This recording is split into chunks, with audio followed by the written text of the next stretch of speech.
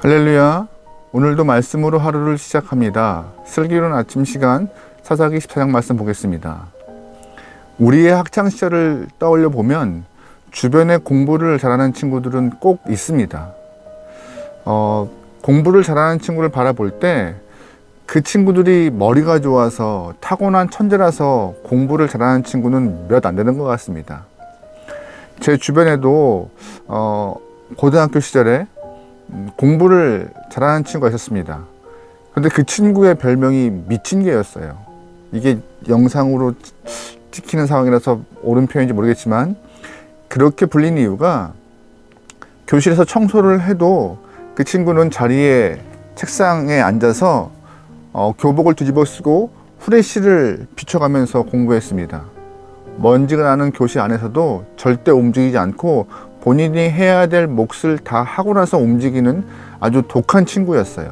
그래서 많은 사람들이 그 친구를 미친 개라고 불렀고 열심히 한 결과 조기 졸업해서 좋은 학교에 입학을 했지요.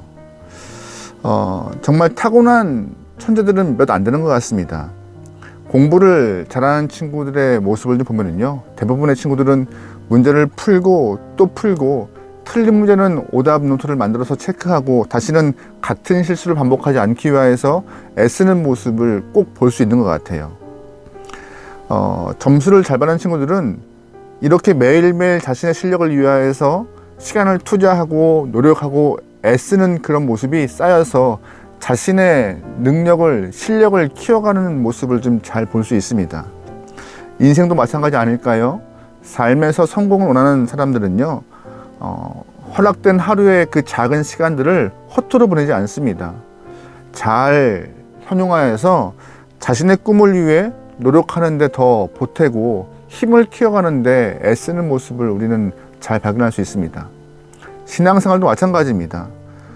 매일 기도하고 말씀 묵상하고 하나님과 조금 더 가까이 할 수 있는 그런 영적인 상황들을 만들어서 주님의 뜻을 분별하는 시간들을 많이 가져야, 또한 삶에서 하나님의 마음을 표현하는 일을 많이 해야 우리의 영적인 실력, 영역이 좀 많이 성장하고 믿음이 강해지는 것입니다. 내일 또 있지, 시간이 뭐 다음에 하지 라고 미루는 순간 우리의 실력과 우리의 영역은 성장하는 것보다 답보 상태나 아니면 오히려 후퇴하는 쪽으로 더 드러날 것입니다. 여러분, 그러기에 매일매일의 삶이 우리의 실력과 우리의 영역을 위하여서 성장할 수 있는 좋은 발판과 기회 되면 좋을 것 같습니다. 그런데 우리가 오늘 보려고 하는 본문에서는 매일매일 노력하지 않아도 천재와 같이 주어진 인물이 있습니다. 능력이 한 번에 주어져서 노력할 필요가 없는 영혼이 드러나요. 누구냐? 바로 우리가 잘 알고 있는 삼손입니다. 삼손은요, 정말 특별한 인물이었습니다. 사사기에 많은 사사가 등장하지만 삼손이 유일하게 준비된 사사였어요. 일반적으로 다른 사사들은 각자 일을 할 때, 뭐 양의 털을 깎거나 타작을 할 때, 아니면 열심히 일을 하다가 갑자기 성령이 임하여서 하나님의 임명을 받고 사사의 임무를 진행하는 그런 영혼들이 많았지만 오늘 본문의 삼손만 유일하게 태어날 때부터 구별되어 능력이 임했던 천재와 같은 사사였습니다. 삼손의 아버지 마노아와 어머니는 믿음이 좋은 영혼이었어요. 그 당시에 사회적, 시대적 상황들이 진리를 선호하지 않는, 절대적인 진리를 바라지 않는 그런 삶이었지만 삼손의 아버지와 어머니는 절대자이신 하나님을 향하여서 자신의 믿음을 다 드러냈던 올바른 신앙을 갖고 있던 영혼이었고, 하나님은 그의 가정에 삼손을 허락하셔서 태중에 이미 사사로서 예정되었고 나시린으로 키워졌던 인물이었습니다. 다시 말해서 하나님이 이미 그를 사사로 택정하신 것이고 그를 기르셨고 세상에 나와서는 하나님의 영이 그를 인도하셨던 그 모습으로 삼손은 좀 유별난 특별한 모습을 좀 가졌던 인물이죠. 급기야 시간이 흘러 장성한 이후 다른 사사와 똑같이 하나님의 영이 임하여서 삼손이 사사가 되었습니다. 어제 보았던 13장 말씀 보면 이런 표현이 있습니다. 그 여인이 아들을 낳음에 그의 이름을 삼손이라 하니라. 그 아이가 자라매 여호와께서 그에게 복을 주시더니 소라와 에스다올 사이 마하네단에서 여호와의 영이 그를 움직이기 시작하였더라. 아멘. 사사기에 나오는 전형적인 표현이 등장하죠. 여호와의 영이 임했다. 그래서 그를 움직이게 했다. 공식적으로 삼손이 사사가 되어서 활동을 하고 있는 것입니다. 그런데 안타깝게도 천자와 같이 준비된 사사였지만 그에게도 치명적인 약점이 하나 있었습니다. 어떤 거예요? 바로 눈으로 보는 시각적 약점이 좀 존재했습니다. 본문 1절과 2절 말씀 볼게요. 삼손이 딥나에 내려가서 거기서 블레셋 사람의 딸들 중에서 한 여자를 보고 올라와서 자기 부모에게 말하여 이르되 내가 딥나에서 블레셋 사람의 딸들 중에서 한 자를 보았사오니 이제 그를 맞이하여 내 아내로 삼게 하소서 하매. 아멘. 무슨 말이에요? 삼손은 보는 것에 대한 약점이 존재했던 것이에요. 일반적으로 삼손이 여자 문제에 대해 약점이 있다 하지만 조금 더 근본적으로 본다면요, 이 보이는 것에 대한 약점, 보이는 것 때문에 흔들리고 보이는 것 때문에 마음이 움직이는 그런 안목의 정욕을 갖고 있는 그런 약점을 갖고 있는 인물이었습니다. 삼손은 사사로서 이스라엘 중에 거할 때 이방인이 사는 딥나, 즉 블레셋 땅으로 내려가는 일이 발생해요. 사실 하나님은 사사에게 특별한 임무를 주어져서 그 임무를 갖고 블레셋 땅에 내려갈 수는 있지만 삼손은 그 임무가 아니라 그냥 내려간 거예요. 무엇 때문에요? 여자를 찾기 위하여서 안목의 정욕에 이끌려서 가서 자신이 마음에 드는 여성을 아내로 삼고자 노력한 것입니다.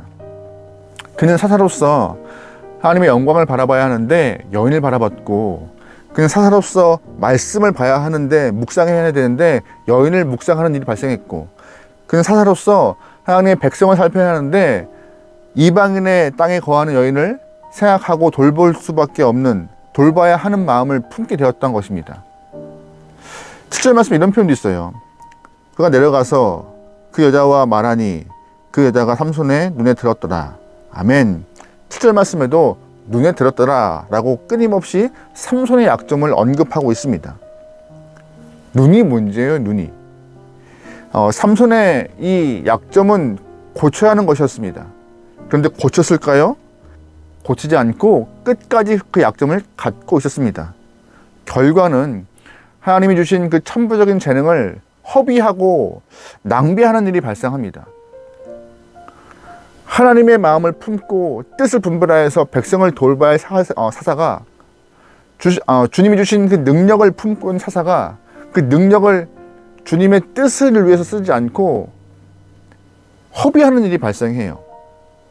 사자와 겨루어서 사자를 찢어 죽일 정도로 자신의 힘을 자랑하고 사사로서 허락된 감정을 하나님을 위해 쓰지 못하고 여인을 위해 사용하는 그런 감정의 허비를 보이고, 결국 치명적인 약점, 이 눈을 잘 관리하지 못해서 결국 눈이 뽑히는 일이 발생하잖아요.